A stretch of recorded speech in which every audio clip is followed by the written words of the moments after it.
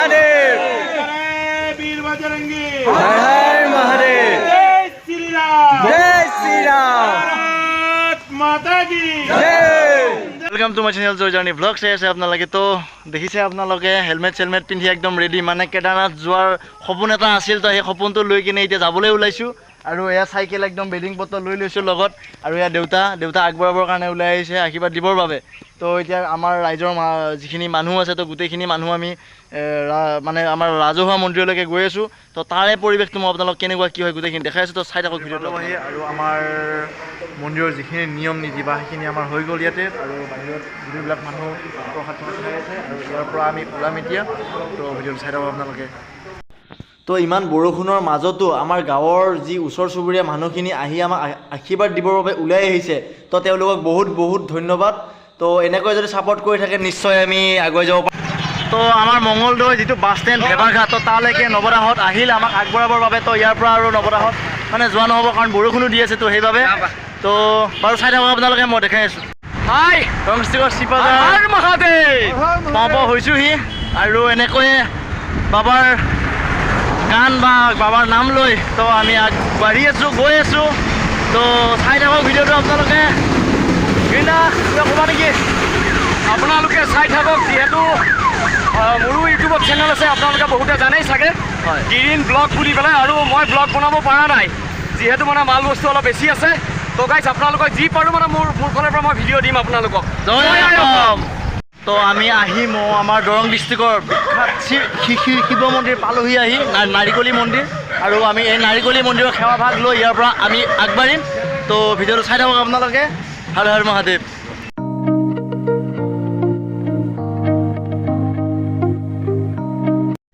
তো আৰু মন্দিৰত মানে আমাৰ নাৰিকলি দৰঙৰ বিখ্যাত মন্দিৰ শিৱ মন্দিৰ তাতে আমাৰ এই লগৰ কেইজন ইমান বৰষুণৰ মাজতো মানে ইমানখিনি যে আগুৱাই আহিছে মানে বহুত বহুত ধন্যবাদ লগৰ কেইজন বা ভাইটিহঁতক মানে কি ক'ম আৰু মই ক'বলৈ ভাষা নাই তো এই আৰু একেলগে জয় আই অসম জয় আই অসম তো আমি বাহিৰা চাৰিআলি ক্ৰছ কৰিলোঁ কৰি এতিয়া আমি নলবাৰী লাইনত সোমাইছোঁ তো বতৰটো অৱস্থা দেখিছে আপোনালোকে বহুতে বেয়া বাৰু তো তাৰ মাজতো এনেকৈ কিমানখিনিলৈ পাৰোঁ তো চাই থাকক ভিডিঅ'টো আপোনালোকে তো মানে বাৰু মই দেখুৱাই যাম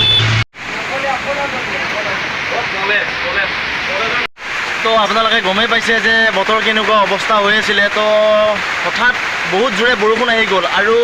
ভাবিলোঁ যে গিৰিন্দৰ মা মানে আমাৰো মা বাৰু আৰু গিৰিন্দৰ মায়ে আমাৰ কাৰণে ৰুটি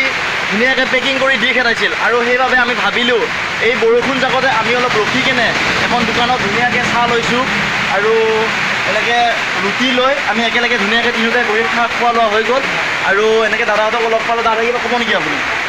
थैंक यू भाई आपकी यात्रा मंगलमय हो मैं मल्लू यादव मध्य प्रदेश से एमपी से आप ऐसे ही बहुत तरक्की करें केदारनाथ आपकी यात्रा फुल सपोर्ट करें थैंक यू वेलकम আৰু জেগাখিনিৰ নাম কি কলাজান বুলি কোৱা হয় ঠিক আছে বাৰু তো গম পোৱা গৈছে আমি এই জেগাটোত আছোঁ বৰ্তমান তেওঁ ক'লে কলাজান বুলি কয় তো চাই থাকক ভিডিঅ'টো আপোনালোকে জানে আৰু এনেকৈ আহি থকা অৱস্থাতে এজন দাদা লগ পালোঁ দাদাজনে ৰখালে আমাক আশীৰ্বাদ দিবৰ বাবে তো নমস্কাৰ এই দাদাহঁতে যাই আছে মানে কেদাৰনাথ যাই আছে আমাৰ মঙলৰ পৰা যাই আছে ধুনীয়া লাগিছে বঢ়িয়া মই হঠাতে লগ পালোঁ ৰাস্তা আমাৰ এই ৰঙীয়া নাপত আমাৰ চেফটিৰ এইখিনিত লগ পালোঁ ধুনীয়া লাগিছে দাদা বেষ্ট অফ লাক বঢ়িয়া আৰু আমি এনেকৈ ৰখি দিলোঁ অলপ পানী চানী খাই লওঁ তাৰপিছত ইয়াৰ পৰা আকৌ যাত্ৰা আৰম্ভ কৰি আমি বেষ্ট অফ লাক জনাইছোঁ ধুনীয়াকৈ বঢ়িয়াকৈ জানো ধুনীয়াকৈ যাই কিনে ঘূৰি আহক বঢ়িয়াকৈ মজাকৈ ন আৰু এনেকৈ ৰঙিয়া পালোঁ আমি আহি আৰু ৰাষ্ট্ৰীয় বজৰং দলটো তো তেওঁলোকে আমাক সমৰ্থন জনাবৰ বাবে তো ৰখি আছিলে তো লগ পাই গ'ল তো আমি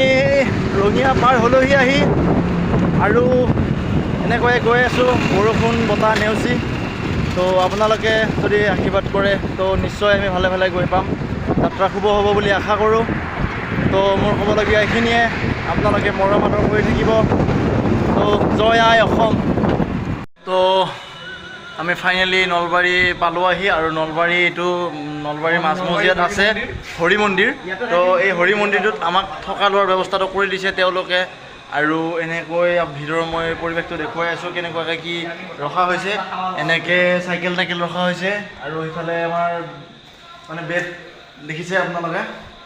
সেনেকৈ তলত পাৰি লৈছোঁ ধুনীয়াকৈ মেট পাৰি তাৰ ওপৰত বেড কভাৰ দি লৈছোঁ আৰু এয়া গ্ৰিণ্ডা আমি এতিয়া যাবলৈ ওলাইছোঁ অলপ বজাৰলৈ। কিবা এটা কৈ দিয়া তুমি, কিবা এটা কৈ দিয়া। কি বুলি ক'ম আৰু আহিলোঁ ইয়াতে হৰি মন্দিৰ, ভাল লাগিছে আৰু ধুনীয়া ব্যৱহাৰ মানুহখিনিৰ আৰু বহুত সঁচাকৈ গাইছ। আৰু আজি বৃহস্পতিবাৰ যিহেতু তেওঁলোকৰ মানে ইয়াত বৃহস্পতিবাৰে প্ৰত্যেক বৃহস্পতিবাৰে ইয়াত আপোনাৰ ভোগ চলে তেওঁলোকৰ, সেইটো তেওঁলোকে আমাক জনাইছে। আৰু কালি ৰাতিপুৱা মন্দিৰটো ভালদৰে দেখাবৰ কাৰণে চেষ্টা কৰিম গাইছ। তো অহাকালি ৰাতিপুৱা তো মন্দিৰৰ পৰিৱেশটো কেনেকুৱা কি তো গোটেইখিনি দেখুৱাবলৈ চেষ্টা কৰিম। তো আজিলৈ ইমানেই। জয় আই অসম।